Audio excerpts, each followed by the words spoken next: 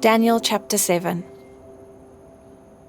In the first year of Belshazzar, king of Babylon, Daniel saw a dream and visions of his head as he lay in bed. Then he wrote down the dream and told the sum of the matter. Daniel declared, I saw in my vision by night, and behold, the four winds of heaven were stirring up the great sea, and four great beasts came up out of the sea, different from one another. The first was like a lion, and had eagle's wings. Then as I looked, its wings were plucked off, and it was lifted up from the ground, and made to stand on 2 feet like a man. And the mind of a man was given to it. And behold, another beast, a second one, like a bear. It was raised up on one side. It had 3 ribs in its mouth between its teeth, and it was told, Arise, devour much flesh. After this I looked, and behold, another, like a leopard, with 4 wings of a bird on its back. And the beast had 4 heads, and dominion was given to it. After this I saw in the night visions, and behold, a 4th beast, terrifying and dreadful and exceedingly strong. It had great iron teeth. It devoured and broke in pieces, and stamped what was left with its feet. It was different from all the beasts that were before it, and it had 10 horns. I considered the horns, and behold, there came up among them another horn, a little one, before which 3 of the first horns were plucked up by the roots.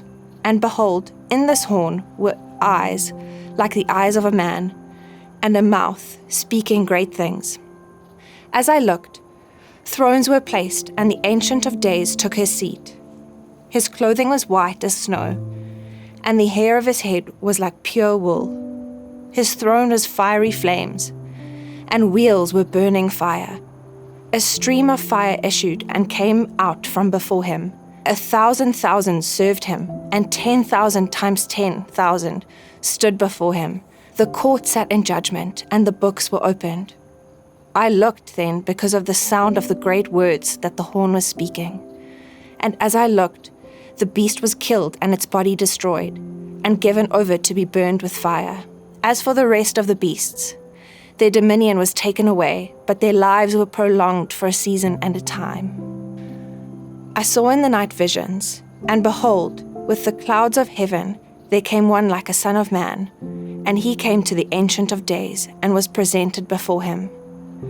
And to him was given dominion and glory and a kingdom that all peoples, nations, and languages should serve him. His dominion is an everlasting dominion, which shall not pass away, and his kingdom one that shall not be destroyed. As for me, Daniel, my spirit within me was anxious, and the visions of my head alarmed me. I approached one of those who stood there, and asked him the truth concerning all this. So he told me, and made known to me the interpretation of the things. These 4 great beasts are 4 kings who shall arise out of the earth. But the saints of the Most High shall receive the kingdom, and possess the kingdom forever, forever, and ever. Then I desired to know the truth about the 4th beast, which was different from all the rest, exceedingly terrifying, with its teeth of iron and claws of bronze, and which devoured and broke in pieces, and stamped what was left with its feet, and about the 10 horns that were on its head, and the other horn that came up, and before which 3 of them fell, the horn that had eyes and a mouth, that spoke great things, and that seemed greater than its companions. As I looked, this horn made war with the saints, and prevailed over them, until the Ancient of Days came, and judgment was given for the saints of the Most High, and the time came when the saints possessed the kingdom. Thus he said, As for the 4th beast, there shall be a 4th kingdom on earth, which shall be different from all the kingdoms, and it shall devour the whole earth, and trample it down, and break it to pieces. As for the 10 horns, out of this kingdom 10 kings shall arise, and another shall arise after them. He shall be different from the former ones, and shall put down 3 kings. He shall speak words against the Most High, and shall wear out the saints of the Most High, and shall think to change the times and the law. And they shall be given into his hand for a time, times and half a time. But the court shall sit in judgment, and his dominion shall be taken away, to be consumed and destroyed to the end. And the kingdom and the dominion and the greatness of the kingdoms under the whole heaven shall be given to the people of the saints of the Most High. His kingdom shall be an everlasting kingdom, and all dominions shall serve and obey him. Here is the end of the matter.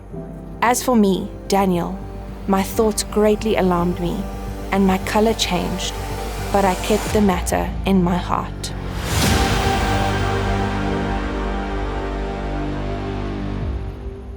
Well, hey, I am encouraged to see that there are people here this morning. That means that you were not completely weirded out by the introduction to this vision last week, and I sincerely hope you will be back again next week. But let's see how we go today as we carry on through this very strange vision given to Daniel in Daniel chapter 7, which is the first of 4 visions given to Daniel. And remember, Daniel is largely just an ordinary guy who was taken into exile in Babylon, a guy from the remaining tribe of Judah in Israel, taken as a teenager.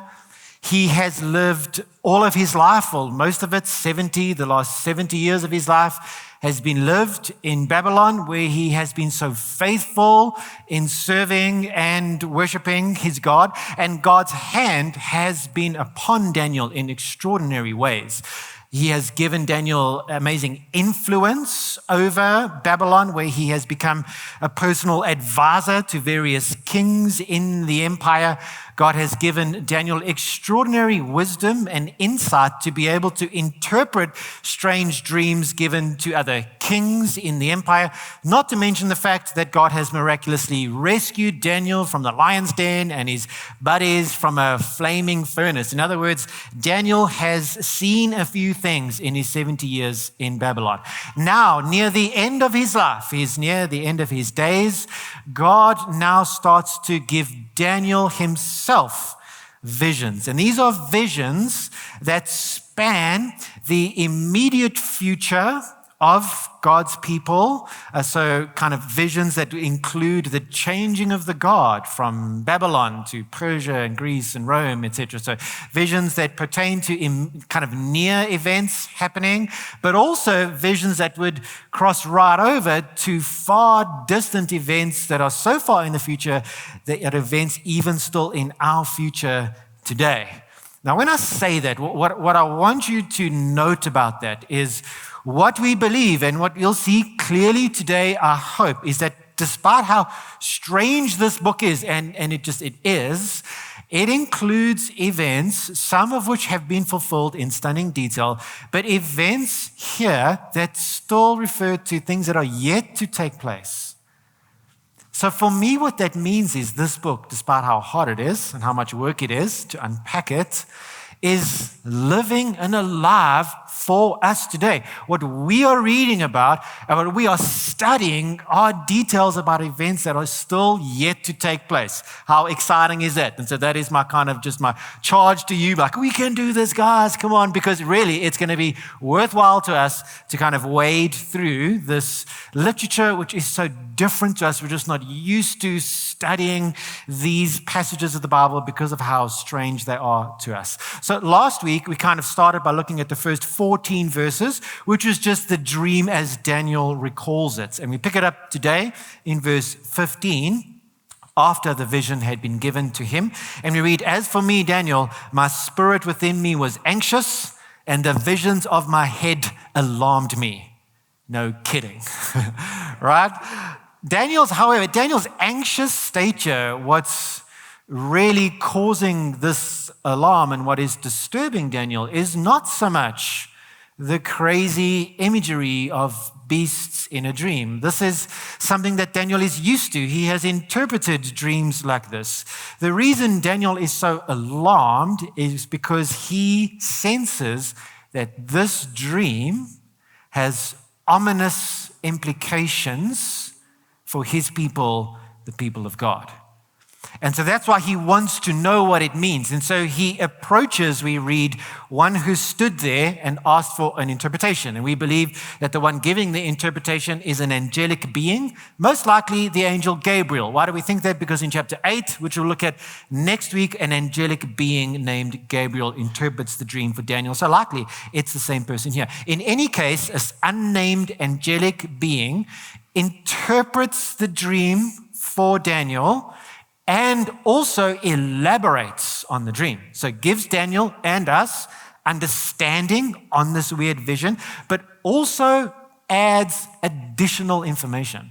So I wonder if you spotted that. When the angel interprets, he adds extra info. So firstly, the angel just kind of recaps and says that these 4 beasts represent 4 earthly human kingdoms. That's verse 17. And we're all like, yeah, that's the easy part. We got that one down. And he carries on in verse 18, the angel, and says, but the saints of the Most High shall receive the kingdom and possess the kingdom forever and ever. Now just think with me here.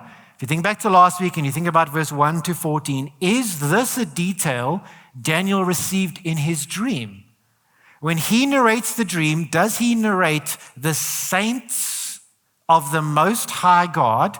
In other words, the people of God receiving the kingdom. Is that what he saw?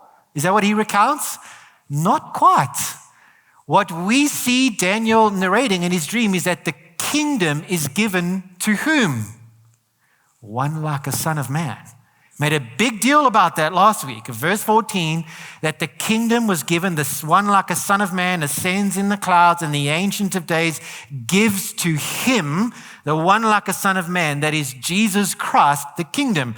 This is new information to us. Here, the saints of the Most High are the ones who receive the kingdom. And this is a big elaboration. It is extra information that the angel gives to Daniel that he mentions 2 more times. So you're meant to notice this. So verse 22 at the end says, and the time came when the saints, that's us believers, possessed the kingdom. Verse 27, and the kingdom and the dominion and the greatness of the kingdoms under the whole heaven shall be given to the people of the saints of the Most High. So that's the first little mystery. This angel is supposed to be just explaining things to us, not adding mystery. Am I right? We have words with this angel. We need to figure out this little mystery first. What's going on here?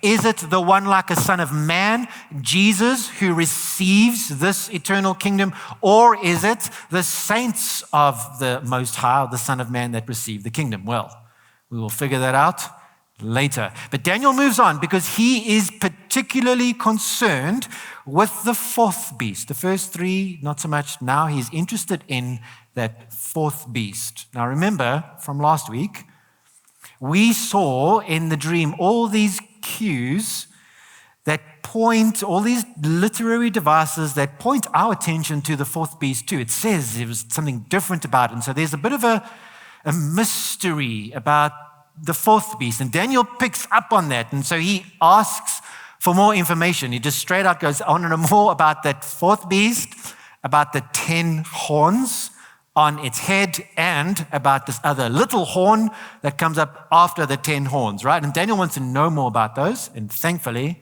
the angel obliges. So that's what we're going to look at. Now, let's have a look at those 3 details that he asks for. So the 4th beast, Daniel asks, tell me more about that. Now, so remember last week I said to you, the reason perhaps why we have all these cues that are drawing our attention, and there's this haze around this 4th beast in particular, is because it is at this point in the prophecy that we experience a little bit of whiplash. Do you remember that? It's here in the dream that we encounter a bit of a time warp where the prophecy given to Daniel jumps all of a sudden from events that are now in our past to events that still pertain to our future.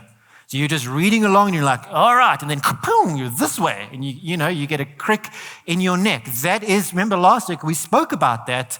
And as strange as this is, I kind of explained to you that this is kind of normal for literature like this. So in other words, around this fourth beast, there is a near fulfillment. There is an event that will fulfill this prediction in the near future, but at the same time, it is also pointing to an event that will take place in the far future. So a near fulfillment, which for us is in our past, but is in Daniel's near future. But at the same time, a far fulfillment, which for us is in our future. And for Daniel, both of these are in his future. In other words, it is speaking about events that will take place both now and just now.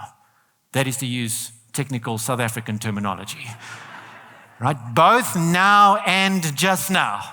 That is a kind of, it's at the same time. That's what he's talking about. None of this is helpful to you, men out there. I'm stereotyping, so forgive me for that, but you might be able to use this, hopefully, to your advantage. Should your spouse perhaps say to you on a certain day of the week, like a Saturday, darling, on which day doth it be that thou shalt go to the shed and retrieve the lawnmower and proceed to clean up the yard? Well, let me help you out here. Gentlemen, you may reply, beloved, it is both now and just now. And hey, I mean, what are they going to do with that? Notice, by the way, I did not say now. Okay, because now is something different in South African language. So now, I mean, for those who don't understand South African terminology, Americans and visitors, in South Africa, now isn't like now. It's the near future. I mean, the events Daniel's talking about is centuries. So, I mean, for us, that's now. So that's just now is like, that's far away. In South African language, now is somewhere between now and just now. You with me? We're not talking about now. This vision is not somewhere between the near future and the far future. It is the same time, the near future and the far future. Are you with me, or has that made it a little more unusual? Speaking of which, like I said to you last week, I think it's just good for us to acknowledge that these kinds of passages just really are uncomfortable. Have been uncomfortable for me. But remember what my golf coach told me that is so helpful. What is uncomfortable becomes comfortable with practice. And so I feel like we need to do a little more practice on this to get used to this. Yeah, so you guys want to practice your golf swing this morning? It is a beautiful day outside, so I understand. We're not going to literally practice that, but I really want us to get more comfortable with this kind of literature. So to do that, you keen? Do some practice swinging this morning? Yeah, 2 people, good.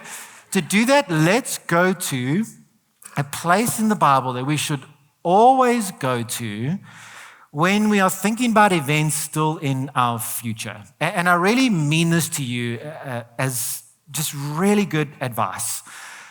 Understand that when it comes to Daniel, yes, it's about events in the future, but there's all this symbolic, apocalyptic kind of literature. If ever you feel overwhelmed or confused and just like, whoa, I want to check out, my advice to you is go to Jesus' teachings himself on the subject of his second coming. Because he talks about it. And that's just that scenery that we're more familiar with. It's just Jesus hanging out with his disciples, teaching them about the time of his second coming. It's Matthew 24, Mark 13, Luke 21. And he teaches them about these same events, the events surrounding his second coming, but all 3 gospel writers record that teaching with some fascinating differences in their account. And that's what I want to have a look at this morning. Now, we're going to come across these passages in weeks to come because they're clearer and more helpful for us. For now, I'm wanting to upload these passages in your mind. I want them to be in your mind because it's so helpful with the backdrop of Daniel, which can be quite strange. So I'm uploading it in your mind, but really what I want to do is practice this idea of seeing both a near and a far fulfillment that is not just in strange Old Testament prophetic texts, but also Jesus. Does that make sense? So let's go. So Luke, if you're casually reading through the Gospel of Luke and you get to Luke 21, you will find that the disciples and Jesus walk out of the temple. They go, wow, it's beautiful. Jesus goes, yes, but it's going to be destroyed. And the disciples go, tell us, when will this happen? And Jesus sits them down. He says, sit down, you all. Let's talk a little bit. And he says, number one, that there is going to be a time of war, nations rising against nations. That's familiar imagery from Daniel. A time of great persecution is coming, is what Jesus tells them. Then in verse 20, he says, note this is interesting for Luke, but when you see Jerusalem surrounded by armies, then know that Jerusalem's desolation or destruction has come near. Then he gives them a warning to flee because, man, things are going to get crazy, so get out if you can. And then in verse 25, he says, and there will be signs in the sun and moon and stars, and on the earth distress of nations in perplexity because of the roaring of the sea and the waves. Remember these beasts and coming up out of the sea? It's all there. People fainting with fear and with foreboding of what is coming on the world. For the powers of the heavens will be shaken. That's what we were singing about this morning. And then we read this, and then they will see the Son of Man. Remember, that's Jesus' favorite title. He gets it from Daniel 7. They will see the Son of Man not going, but now coming in a cloud with power and great glory. And this is encouraging. Now, when these things begin to take place, straighten up and raise up your heads because your redemption is drawing near. So now, if you're just reading Luke, if you're a new Christian and somebody tells you read the Gospels and you're reading Luke and you're going through that, you're like, okay. You will largely be thinking about, if you're reading Luke, that what Jesus is talking about is, yes, his second coming, but mostly what Luke is drawing your attention to is the near fulfillment of these events, when Jerusalem would literally be surrounded by the Roman armies, and the Roman general Pompey will come and he will destroy the temple in Jerusalem in AD 70. That's what sparked the conversation. When will this happen? He says, well, when that happened, those are near, as in now. I mean, it's decades from when Jesus says, but South African language, that's totally fine with now. Those are the near events. It seems like Luke, you're reading Luke, you're like, okay, I got this. Jesus is talking about AD 70 when the Romans destroyed the temple. Awesome. Then you read Matthew. And if you're reading through Matthew, same story. They walk at the temple. This is amazing. Jesus says, don't look at it too long. It's going to be destroyed. The disciples ask, when will this happen? Crucially, though, in Matthew, he adds the disciples adding something to their question. So tell us, when will these things be? Same as Luke for now. And what will be the sign of your coming, get this, at the end of the age? So Matthew is already setting us up to be thinking not about now, but just now. Got that? Now follow with me here. So then after that, Jesus speaks about wars and persecution like Luke. Then in verse 15, we read this. In Matthew 24. So when you see the abomination of desolation spoken of by the prophet, none other than Daniel, standing in the holy place, that is the temple, in brackets, let the reader understand. We're trying, Jesus, to understand this, help us. Then let those who are in Judea flee to the mountains. So I just want you to first notice, Jesus is directly quoting Daniel. And just get this as well. I mean, that phrase, the abomination of desolation, such a curious phrase. We will have to unpack that. It comes up in chapter 9 and chapter 11 and chapter 12, so we'll get there. But I want you to notice this for now. Jesus unmistakably sees his second coming event in the future as the direct fulfillment of the prophecies of Daniel. Can you see that at least now? He quotes Daniel, when you see an abomination, this is coming up. Jesus sees his second coming as a fulfillment of the prophecies in Daniel. Daniel is alive for us today because Jesus hasn't come yet. Yes? But that's mainly what I wanted to show you. What's missing? Well, in Matthew, there's no talk about the armies surrounding Jerusalem. And there's that intro which is directing our attention to the end of the age. In other words, if you were not reading Luke, if you decided to pick up Matthew and read Matthew, and you read the same story, your mind would go naturally to the just now, to the far future. So are you with me? Luke seems to be focusing on the near future, AD 70. Matthew seems to be focusing exclusively on the far distant future events that have not happened yet. You got that so far? Now here's what's amazing. Here's what's interesting. What about Mark? What does Mark say? Does he go with now or does he go with just now? What do you think? Both. Yeah, it's amazing. So if you're picking up Mark and you're reading Mark the first time, you're like, what on earth? Is it now or is it just now? It's both. In Mark, you have both the future far distant event and the near event kind of mapping, overlapping on each other, which is exactly what Daniel 7 is doing. In fact, even to the kind of details. So in Daniel 7, it is the near fulfillment for Daniel, which is now hundreds of years. For Jesus, it's decades, but Daniel's hundreds of years, is the empire of Rome. It would come and would trample and would destroy. But at the same time in Daniel 7, just like in Mark, speaking about the near and the far distant future events surrounding the second coming of Christ. And what those events relate to in specific is the detail around the 10 horns. So let's now look at, now you've got the beast in mind, near and far. Now let's look at the 10 horns. So in verse 24, we see that the 10 horns, if you're fuzzy with the beast being near and far, well, the 10 horns must be a future reference. It says there, out of this kingdom, 10 kings shall arise. So if you're tempted to think that's still Rome in the past, but we don't know of 10 kind of kings and kingdoms that came out of Rome in the past. Also, bear with me here, this gets a little bit technical, but think through me. These are likely not successive kings. So one Roman king and then the next and then the next and then the next and the next, because detail in the vision is that one comes up later and overthrows 3 of them. And as far as I can tell, it is not possible to overthrow someone who's already dead.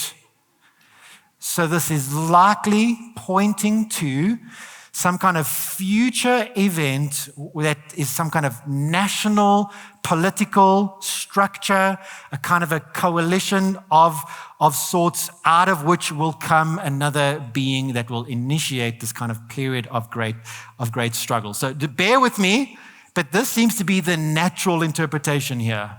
Did I say natural? Not quite natural, hey? This is still something that we're getting used to. And at this point, when it comes to thinking through, okay, what is that? We're in the future, right? If you've been around church for a while, and if you happen to have been studying the book of Daniel, this is where things get out of hand, where people spend their time endlessly speculating as to what kinds of things in the world could be the sort of national political arrangement of 10 kings and kingdoms, out of which comes another one. So back in the day, I remember when the European Union was first formed. I don't remember. I'm not sure if I was alive, actually. But I've heard that when that first happened, that people were like, this is it. This is the 10 horns coming together. The time is happening. Well, that did not turn out to be true. And there's many more nations that are part of the European Union. All of that to say, just a word of caution for us as we progress. Where we come across this picture, there are details here. It is giving us some information about events in the future that will have great bearing for the believers of God. But a word of caution, avoid endless speculations, particularly around who and when. I mean, Jesus warned us, nobody knows, not even he knows. And yet people have got into all sorts of trouble trying to predict, is it now? And calculate exactly, avoid endless speculation about when or who. Is it Donald Trump? I mean, I saw that going on. Like, is it? The problem is that we can bury ourselves under this kind of thing and obsess about in these speculations and miss the main issue. And the main issue here, what we're being taught, is that in the future, the kingdoms of this world will cease. They will come to an end. They will be replaced by the earthly kingdom of Jesus Christ, And all who believe in him and are part of his kingdom will at that point reign with him in this eternal kingdom. That is the main point. And I worry about these speculations and missing the main point. So hold on to that, because that is so helpful for us today. At least it's helpful for me to think about the fact that no matter how crazy things on this earth get, and is it just me or are things getting crazy? But no matter how crazy things on this earth gets, know this for sure, that for the believer, it gets unbelievably good in the end. So for the believer, I'm sure you've heard this phrase before, but and this thing before, but for the believer, everything will be okay in the end. Is that true? Yes. In fact, it's more than that. Things will not just be okay, things will be incredible for the believer at the end. So everything will be okay in the end. So if it's not okay, it's not the end. Is that true for the believer? Yes. Yes, it is. It is absolutely true. That is what we are learning here. And we are being taught, we are being warned, we're being forewarned that things are only going to get more and more difficult, but never fear, because they bring in this ultimate end, which is amazing. So that's the 10 horns. That's what we meant to take away from that. Then the little matter of the little horn. Well, let me just say this to you. This little fellow is going to get a lot of attention in the coming weeks. We can't avoid it. He's all over chapter 8, chapter 9, chapter 11, chapter 12 as well. So we're going to do lots of talking about it. But let me tell you for now, if you're wondering what this little horn in Daniel 7 refers to, is what we Christians would commonly talk about today as the Antichrist. If that's a new term for you, well, it's actually a term that we only come across in the Bible, in the letters of the Apostle John, but it's become a popular way today for Christians to refer to this little horn fellow. And basically in Daniel, it is simply referring to a person in the future, at the time when these national events take place, a person who will have considerable power, but one who is diabolically opposed to the people of God and will aggressively persecute them. So that's what we're being told right now. And we'll see next week, get this, there's a near fulfillment in a Greek ruler who would come up and do exactly that. But at the same time, because it's someone Jesus still refers to as well, that there is a far fulfillment of it as well. But ultimately, it's someone who will, as verse 25 says, someone who will wear out the saints of the Most High, which is a little bit of a euphemism. I mean, when I say wear out, I'm like, man, my kids wore me out today. That is not what we are referring to here. I mean, verse 21, he will make war and prevail. It's a time of aggressive persecution coming for the people of God. Does it sound tough to you? It sounds hard what we're speaking about here. It is. It is speaking for sure about difficult events that are to come. But you have to see this. But know this. This period of intense suffering and persecution brought about by this fellow, his time is limited. So, end of verse 25, he will have this kind of authority and be allowed to do this for a time, times, and half a time. Now, for all of those who know, if you know, you know. So at this point, I'm not going to get into today what is amazingly wonderful, beautiful Bible maths. That's right, y'all. If you came today going, this is it, I brought my calculator, I am ready, I have my Bible in one hand and my calculator, let's do this. I am sorry to disappoint you, or one of you. But we will be doing more of this as we go. We will be looking in the future at what these time references refer to. But for now, enough is to just get our heads around this dual fulfillment thing. But the main point is, yes, a time of great hardship is coming for God's people, but this time is of specific, limited duration, governed by the Ancient of Days himself, who is never not on his throne. That's what you need to know.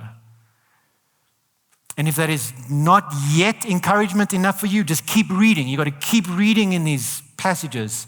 So verse 26 and 27, but the court shall sit in judgment, and his dominion, the little horn's dominion, will be taken away. God is in control of this whole process, even though it doesn't look like it. He is. To be consumed and destroyed to the end.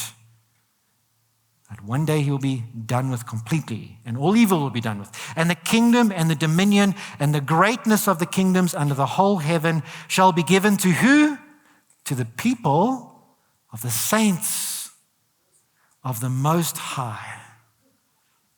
So as we end today, I would really love to just lodge within your mind, hopefully 2 clear points. What the full extent of Daniel 7 is telling us is that, positively, we have an amazing calling, but at the same time, there is a great cost that awaits us.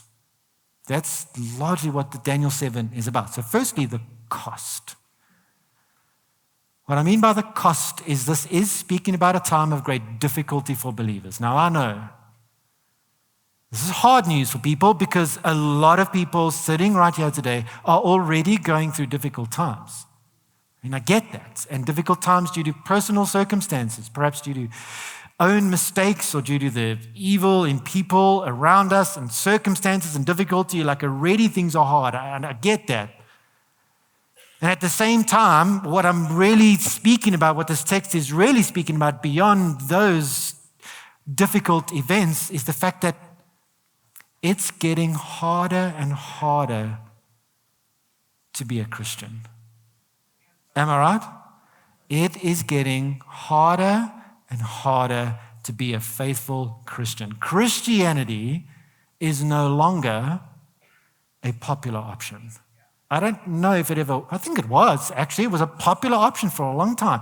It is no longer the popular option. It is for sure not a comfortable option. If you are here today and just looking to add a measure of spirituality to your ordinary life that'll bring great benefit to you as you carry on with your ordinary life and just expect for things to get better, this is not your best option. That is what we are being told here.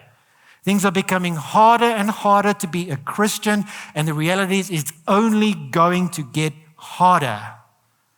And I don't know. For me, that has a measure of encouragement to it. It's strange. Maybe I'm weird. And we are all motivated in different ways.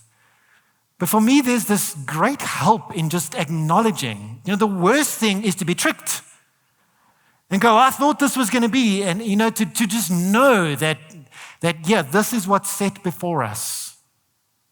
I mean, I want to say this. If you're here, and we're here because you're a Christian, or at least like looking into it, and we're wrestling with these things, man, this is why the Bible tells us, like Hebrews 10:25, that to not forsake meeting together and encouraging one another, and it goes on to say, especially as the day draws near. This that we do, this singing and this meeting, is this encouragement is going to become more and more necessary. You here, you are brave and courageous to come and to overtly identify yourself as a Christian in not being anywhere else to be today, but to come to here, and I commend you, and we commend each other, and we encourage each other for that. So do that, but know that there's a great cost, an increasingly high cost to being a Christian. But the good news is there is also a great reward. And the reward is a high calling.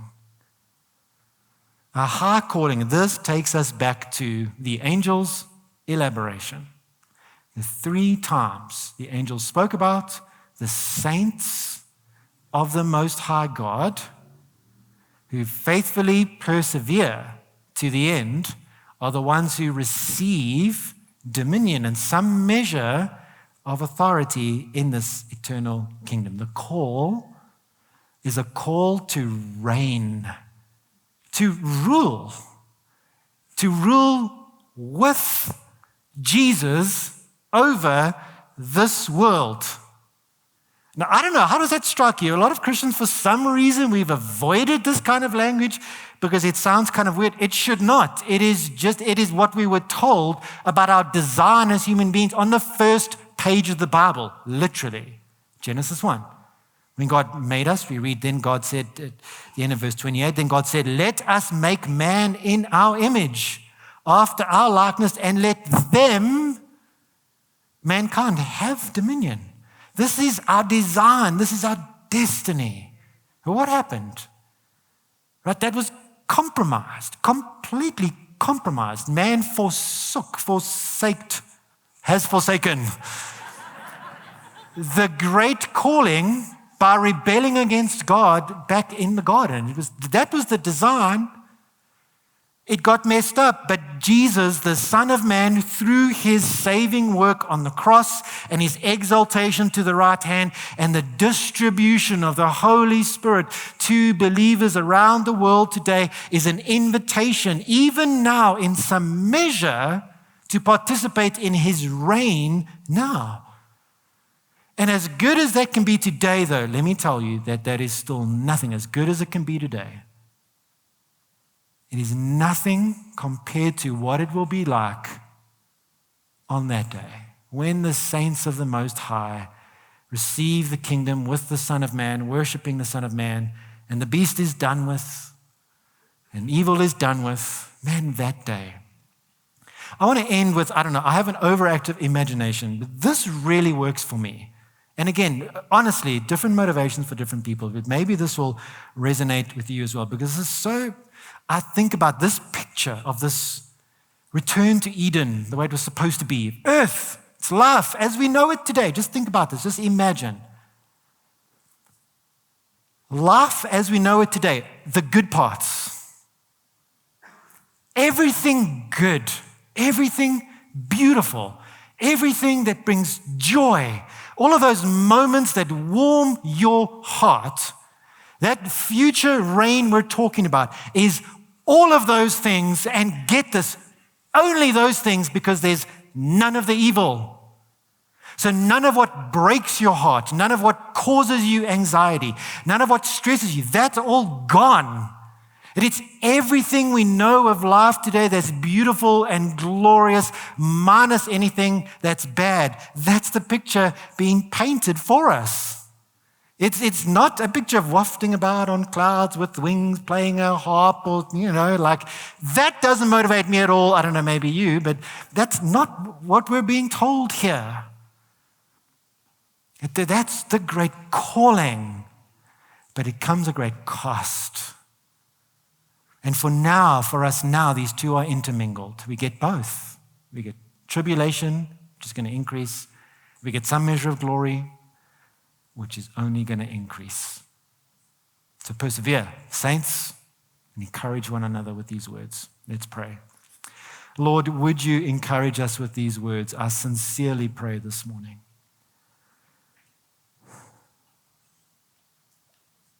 When we think about the world around us, events in the news, just our very own lives, all the chaos, difficulty.